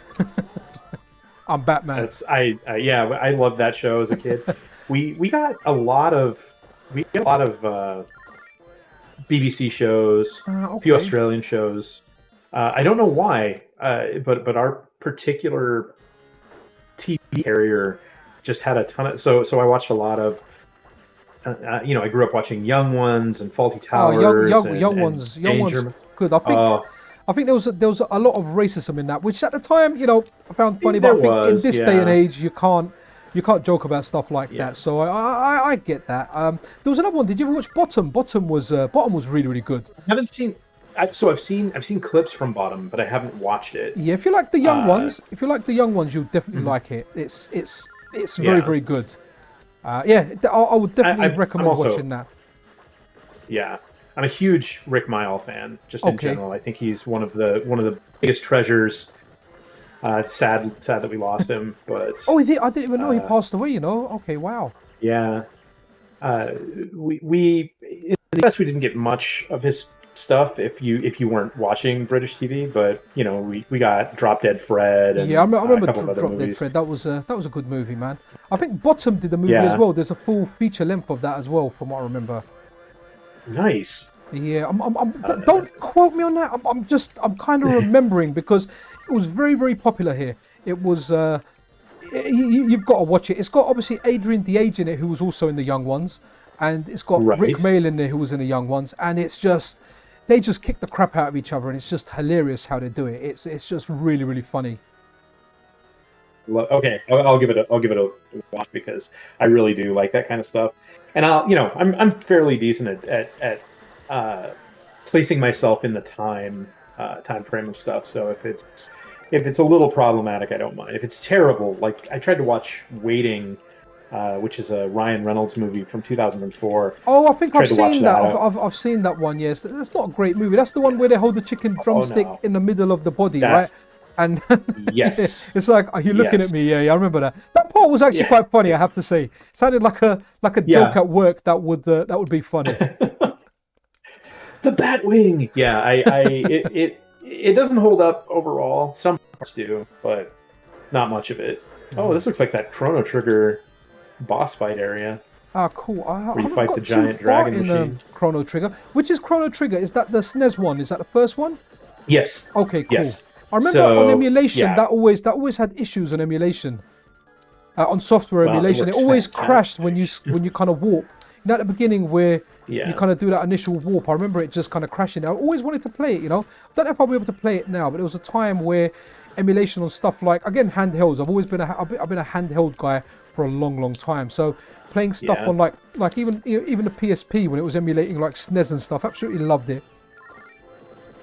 I did play a lot of agreed. stuff in front of the TV as well. I think there was a big period of time, but definitely when I was young, I played a lot of handhelds. And when I used to go out to like a lot of friends' houses after kind of school, after school had finished, a lot of my friends kind of got out of gaming or just kind of stuck to like FIFA and like the Call of Duty or like the main kind of commercial games out there. So I was always Hmm. hardcore into gaming, even when I wasn't. So I kind of used to have a handheld that I took out. So, and especially when handheld gaming started getting better with, like the DS, the 3DS, really, really started Yeah, going amazingly well. The PSP, I mean, the PS Vita is just absolutely fantastic.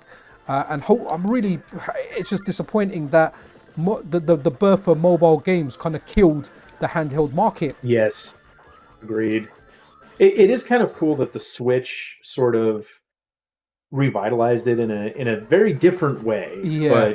but I'm really happy that it did. But with So the Switch, I find that, like for me, I like playing like indie and 2D games on it best. That's what I hmm like buying. I still agreed. end up buying stuff for the Steam Deck because if it's an indie game, I can stream it directly from the Steam Deck. So that has the advantage that the Switch doesn't. The Switch, I'll need to sit in front of my TV and do it. So, but overall, man, it's fantastic. Like, absolutely love the Switches. Okay, I'm back. Yeah. So the Switch So 2, that's kind of something I'm looking forward to.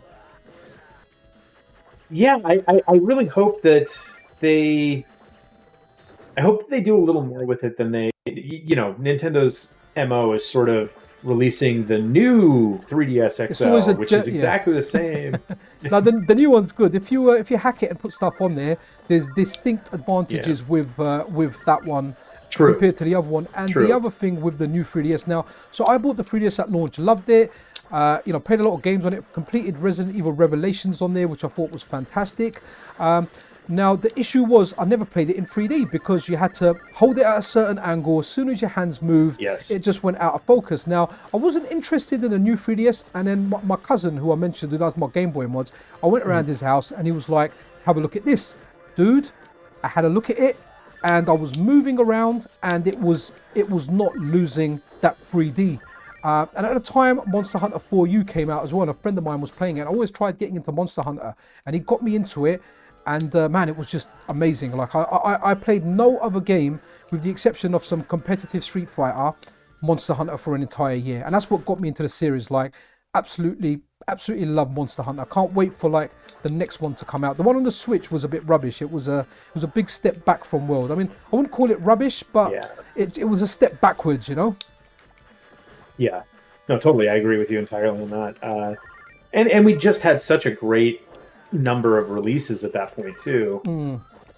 That yeah, getting something that was just so low quality Yeah, it was Switch It was first, and rough. even on the Switch, it was at 30 FPS. So when you get kind of used to PC gaming, it's hurting your Yeah, eyes playing that damn thing. Andy, oh, by the it way, is. pick one more side scroller, and that will be the kind of last one, and we'll kind of we'll phase it out. Our kind of Okay, thing. let me think of one It's been a here. good one. We can still go on, but let's do one final game. So take your time, whatever you want to pick. We'll do a side scroller. Let's see. I didn't play a lot of side scrollers, which is funny. So okay, I mostly played we've got stuff like Dragon Ninja. We've got like Crude Busters, Joe and Mac Caveman Ninja. I mean, I played quite a lot of them. I Joe really and like Mac's them. pretty fun. Yeah, let's Yeah, do Joe and Mac. let's Let's do Joe go. and Mac. Yeah, Cool, because cool. like the side scrollers I ended up playing were like Willow, which isn't two player. Oh yeah, yeah. That, You that know, that's great, man. That's difficult as well. Joe and Mac is it's hopefully it'll very just harsh. come up in Joe and Mac. Joe and Mac, where are you? Oh, here we go. Joe and Mac Caveman Ninja. Oh, that's a Super NES version. Oh, we want the arcade version. Hopefully it is on here. Is Joe it and Mac. called Joe something and Mac else? returns. I don't know. I just want the original Joe and Mac. Let me put in Caveman to see if it comes up under Yeah, Caveman Ninja. Caveman Ninja, Oh, I here we think, go. spelled Yeah, the yeah. same. So here we go. Caveman Ninja, and it's the one on the most left.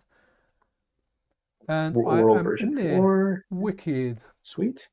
I'm just waiting for my little thing to finish. There we go. Wicked. And for anyone watching, if you watched it, we're like an hour and a half in. Time has just flown. And like I said, guys, if you want to get involved, I'm gonna ping when this video's out. I'm gonna do like a little Discord post. I'm gonna do it at everyone. And you know, if anyone wants to get involved, you don't have to be someone that's in the space. You just as long as you've got a few stories to share, you're all right talking.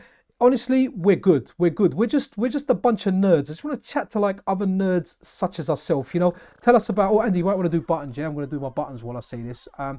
So you might want to, you guys might want to play. You might want to talk about your games. We don't have to do arcade games only. We can have it themed. We can do like SNES stuff. We can do it over retro arch, whatever, and we can run games and chat. I mean, the main focus of this kind of video stroke podcast is it's definitely something that I consider just chatting with friends, playing games. And like I said, there was no script there. I literally arranged a time with Andy and I was like, Andy, do you want to do it? Okay, we'll meet 9 a.m. for Andy, 5 p.m. for me. And yeah, we just went and spoke, and whatever flowed was just natural. So it's as if we were out somewhere, played a couple of games, we're in the arcade, and we just spoke. So you guys, anyone out there that wants to get involved, guys, honestly, just hit me up on Discord. We can arrange a time that suits us both, and we can play and chat, man. It'll be fun. Did we just lose Wham again? Did we? It says Wham when you hit. Oh, you know what? I never noticed stuff, man. So I'm talking about this game a little bit, right? So this is something. So this is on the Data East Caveman hardware. It also has games like RoboCop 2, which is a fantastic beat 'em up with other like twisty parts, like completely different from RoboCop 1, the arcade game. Yeah, so it'll be nice. So this is something that the Coin Op collection, like a Track 17, and I think maybe Darren O would have been working on. So they kind of teased this a while back as coming to Mister. So hopefully this is something that will get like a multi-release, unless Saved for Mars, and then either they bring it out to Mister or someone else ports it in the future. But this is a system I'm really looking forward to. There's that kind of Randy, whatever he's called, like a secret agent Indiana Jones. Sorry, pardon me, style game, which looks fantastic. But you can see, Andy, this one just feels laggy when I'm playing it, man. Yeah, this does This definitely feels one, laggy. this is just, it feels off. Yeah. But In fairness, I am used to this one on Mega Drive, so.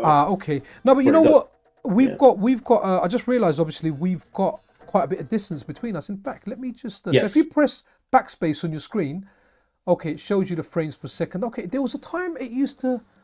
The equals no, okay, it's not showing. Oh, hold on, here we go. So you look at our ping. Oh, there I'm it just is, bringing it ping, up there. yeah. Yeah. So our ping's really high. 166. That's high ping, man. I mean, like over 100 is what I consider not good for fighting games, and really for Yes. for a good connection, the ping really should be under 50. The lower, the better. You know, if you get like in the 20s and the 30s, you're going to get very, very good connection or a very, very good online experience. So, you know, when me and Andy are playing, so the lag that we're feeling could be down to the distance that we've got as well and the compensations that Fight K2 is making. So I don't want to put down Final Burn Neo, because I absolutely love the emulator. I use it almost daily. I use it on like emulation devices. I actually use Final Burn Neo a lot more than I use MAME. Can I jump? Okay, you need to jump over it. Okay, here I am thinking I'm going to jump on top of that. Oh, I did it again. Yeah, I mean, you know, we've also been around in this hobby for a very long time. So one of the things that is amazing to me is just how well it works at all. Yeah. But we are also very spoiled these days for choice. Most definitely. And so, I mean, I remember that, like the guys behind Fight K2, like Hoff, I think was it Born to Speed? So there's a bunch of devs that were behind this, and they were really, really good. So I remember during COVID, they started working on this, and a friend of mine got access to like the closed beta. So we were testing this out, and it was a great time because I was furloughed from work. I was actually earning more money. I was getting my full pay, but then, you know, I didn't have the travel expenses. I was at home. It was you know, as bad as COVID was, I had to say at least that part of it was good for me. And we were at home testing out Fight K2, and this is a massive improvement over one. Fight K1 was good, but it never had like the run ahead feature. It was definitely, there was, you know, even if you were playing it against someone who's in the next house to you, the lag was apparent, you know, and they got rid of a lot of that in Fight K2. And I recommend this to anyone to try out. You know, you've got a whole bunch of lobbies. The big difference between, for example, you can do net play on RetroArch, and it's very, very good on RetroArch. But the big difference is Fightcade requires a uniform ROM set, so straight away you've got the same ROM set, otherwise it's not going to work. Once you've got that ROM set, you've got lobbies, like the lobbies that you saw me kind of selecting Andy on. The popular lobbies like Street Fighter 3 Third Strike, King of Fighters 98, Super Street Fighter 2 Turbo, you've got hundreds and hundreds of people on there looking for games. So, you know, you can play any of your games, but I always say that if you've got a friend in particular, let's say you grew up in the arcade, you played stuff in the arcade, and now you're no longer in contact with them, they don't live anywhere near you. Well, you can kind of relive that time. You can, you know, get them on Fightcade and you can play stuff. You can do it on RetroArch as well, but Fightcade, it just makes the process a lot more simpler to kind of deal with.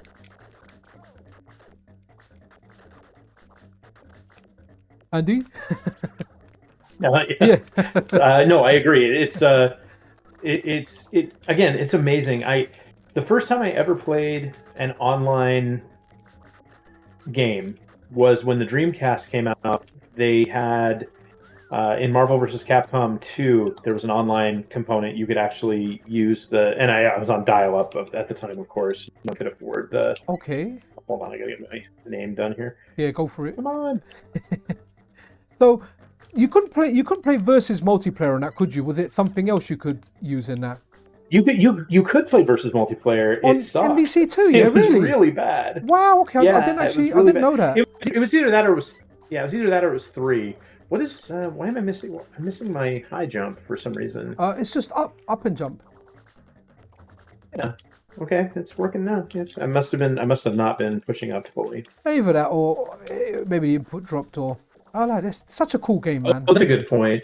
Yeah, this one's definitely out of all of them the laggiest that we've played, I think.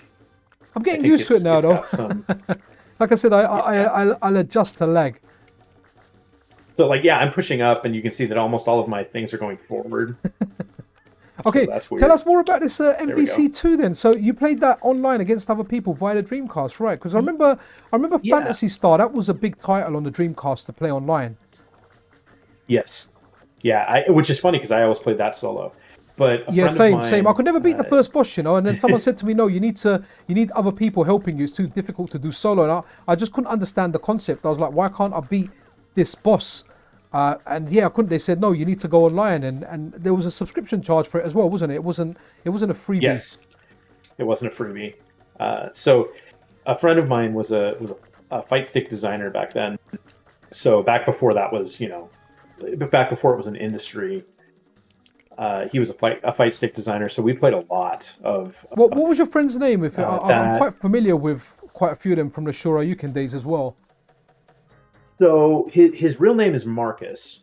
I'm not going to give his last name just Oh because no, I no, don't I'm want just to. saying. I'm saying that I was more referring to the online handle, man. Yeah, I'm trying to. So we were friends in real life, so Oh, I'm trying to okay, remember his online handle. right, It okay. was shit. Yeah, I don't remember it, Because I remember but in he those did. days it was harder to get arcade stick. There was a guy called, was it Darkside? He used to make really good sticks. I think it was Darkside. Yeah, He used to do the artwork, and I remember a friend of mine like bought a stick from him. There wasn't as much, it wasn't availability to get like the custom sticks that you can get these days. right. It was really cool because we got to do a lot of testing for that. He did a couple of RJ45 setups, so you could basically create different button harnesses and just plug in an RJ45 cable between them to get a new button layout on the same stick. It Ah, was really okay. cool. The So RJ45 is what like, arcade cabinets use, right? Is that? I'm not too familiar with all the I think hardware and it's everything. so it's just a networking cable. So Right. Okay. RJ11 is the telephone standard here, Right. and then RJ45 is the networking standard. And I do think some arcades do use them, Okay. uh, but he's just using it to make it super simple because it's got, what is it, 8 twisted pairs. So you've got a lot of options for wiring, or maybe I'm sorry, I think it's 4 twisted pairs, 8 total wires off the top Cool. of my head.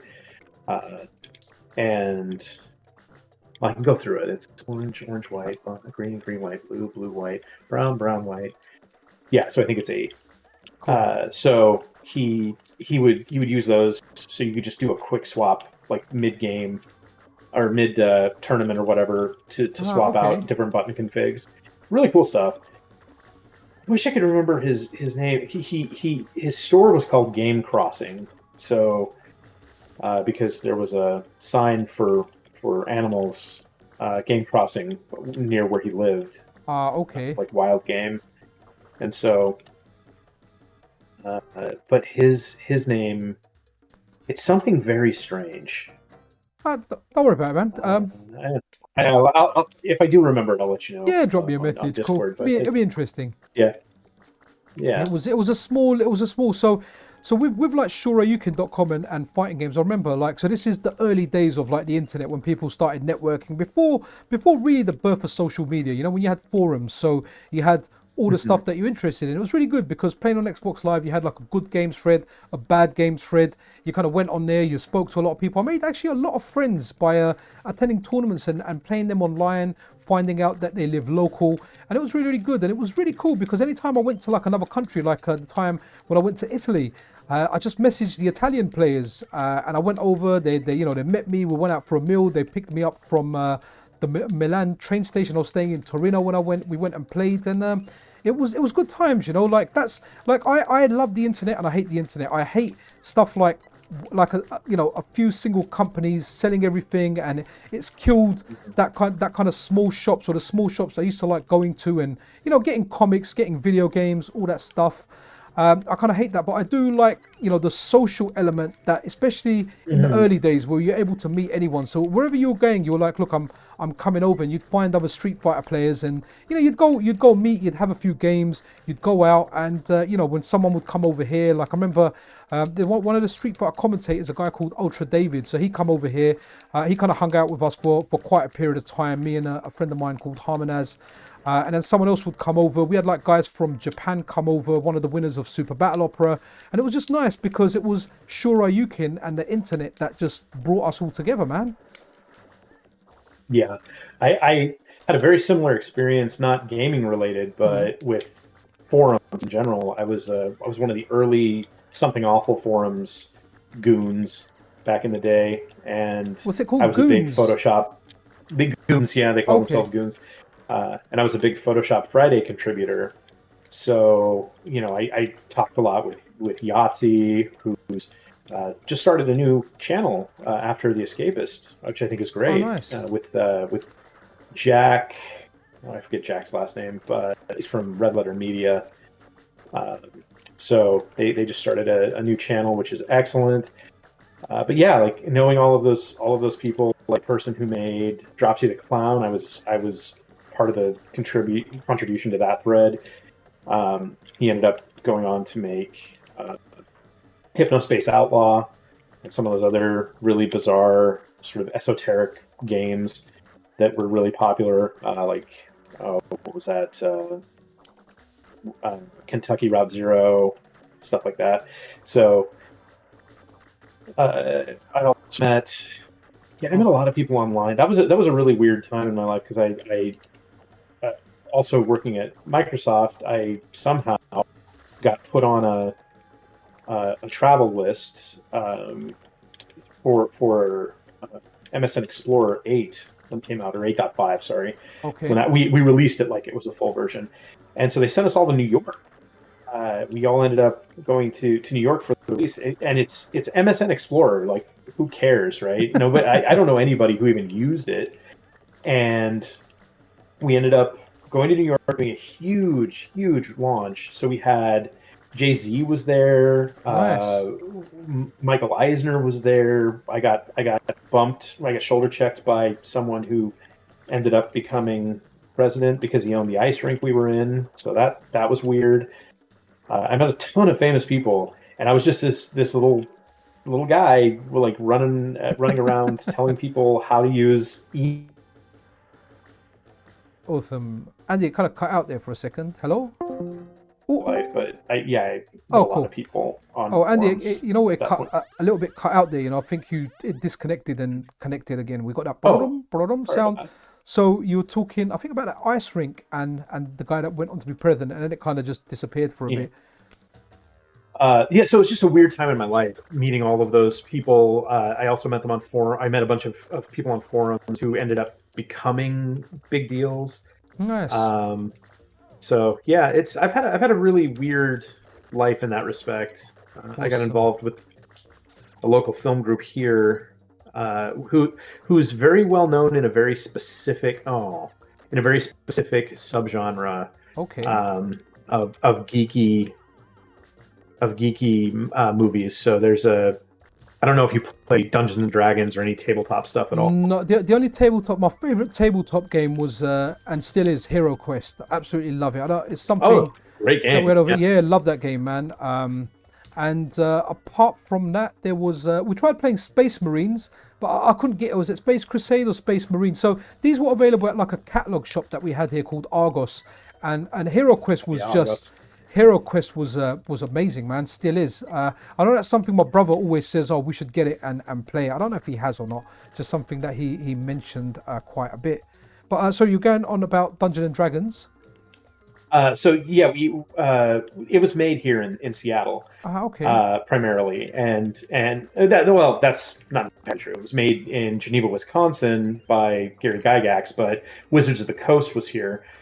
So I work with the founder of that right now. Actually, he sold it to Hasbro in 2007, and I guess now they're firing everybody. So Oh there's wow. I that. mean, Dungeons and Dragons is But still quite big. Netflix Stranger Things gave it a boost recently, I'm sure. it did, yeah, it did. So I worked on a couple of movies called The Gamers. So like The Gamers Darkness Rising, The Gamers Hands of Fate, which are fairly well known in the Dungeons and Dragons community. Cool. They're they're pretty funny. Like they're good films. They take the piss, but they also kind of respect the hobby. So it's a really good um, it's a really good middle ground for both, having jokes that are very funny at the expense of the hobby, but they're jokes that you get if you're in the hobby, Ah, and being okay. very respectful of it. So but yeah, through that I met the person who created Magic Legends. I met the person uh, who wrote so Monty Cook is the person who wrote Dungeon Delve, which is a really popular or Delve in the Dungeon rather. It's a really popular module for D&D. He's done a bunch of stuff. Oh, He cool. basically was one of the people behind third edition. So yeah, it's been a weird life between that and the tech side, Microsoft, I've met a bunch of weird people too. Uh, and they brought a bunch of people in, so I got to meet like Bruce Campbell, which was Oh, fun. I got to nice. Yeah, meet Bruce Campbell, man. through He's a through. hero. Evil Dead. I remember Oh watching that as a kid. Man, that gave me nightmares. yeah, he's great. I was only like 7 or something. My cousins let me watch it, man. What the hell were they doing? Well, my parents even let me go near them. They should have supervised me more, man. I watched it and I remember like, oh man, I had nightmares. Like I was scared for a long, long time after watching that. Watching it when I'm older, it's quite comical to be honest. But yeah, Yeah, man, amazing. very funny, very funny. And of course, Evil Dead 2 is just That's the even best one. better. The best one. Uh, The best one. Evil yeah, Dead 2 is just agreed. amazing. Do you know what? I even like Army of So, Darkness. I need to watch that again. I can't oh, I find it on love any it. streaming services. You know what? When I watched, so the funny thing about Army of Dead is, right? When I first watched it, I really disliked it, right? And the reason that I disliked it, and someone pointed it out to me, we were talking about it, and I said, look, I didn't like it. It's nothing like the Evil Dead movies. And they said, look, you're watching it wrong. You're watching it expecting to see a follow-on to Evil Dead 2. But he goes, you need to watch it for like the comedy kind of wacky movie it is. And I was like, you know what, that's a good Hmm. point. And when I watched it with that in mind, yeah, I think it's a great movie. It's something that I need to revisit and watch. But for anyone out there that's watched Evil Dead 1 and 2, if you're going to move on to Army of Darkness, it's complete. And is Army of Darkness is Evil Dead 3, correct, isn't it? Because it kind of It is, ends with a yes, teleport scene and everything. yeah. And then there's Ash versus Evil Dead, which is the new follow-up to Yeah, that, which is that was pretty kind of great. scary, man. That was that was actually that Yeah, scared me a bit. Now that's a TV show, isn't it? I watched like the yeah, first. yeah. Yeah, that was where Bruce Campbell plays himself, and he plays the actor, doesn't he? He's playing himself, or is he playing Ash in it? Well, he plays Ash. Bruce Campbell destroys the world. I think is a something like that. Ah, The okay. show that he plays, but he might play himself in it too. I haven't seen Yeah, all of the I second only watched the season. first kind of episode, and I was like, all right, this is nuts. I Yeah, never went back to it. Maybe it's but the something way I'll they revisit. yeah, I love it because the way they dealt with the rights because they couldn't get the rights to, which is why you can't find Evil Dead on any streaming or Army of Darkness on any of the streaming Ah, services. The okay. rights holders are it's really messed up. So the way they handled that was they just did flashbacks on like projected as projected memories, and I thought that was a really smart way to do that. To get So around I it, really yeah. enjoyed that a lot.